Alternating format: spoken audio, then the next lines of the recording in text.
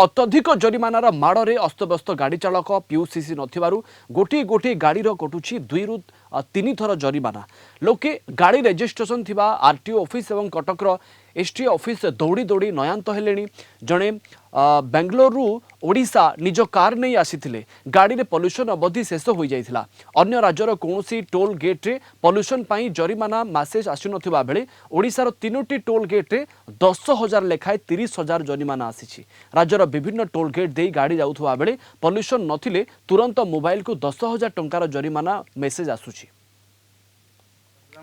पुरी पुरी जाकि आसला गला काली गोटे मेसेज आसी 10,000 टका फाइन हो नियम मैंने कहते 7 दिन भितर जब आसूसी 7 दिन पेमेंट करके जमा कर ओवर हो तो ओवर हो जाइए पॉल्यूशन सेंटर 3टा पॉल्यूशन सेंटर आगे गलु लाइन ठिया हेलु घंटा घंटा पहुँचलु पहुँचला से कहले नाई हो पारबनी एपट साइड ब्लॉक कराई आप पूरा 10,000 पेमेंट देले ही आगे आप पॉल्यूशन हो पार।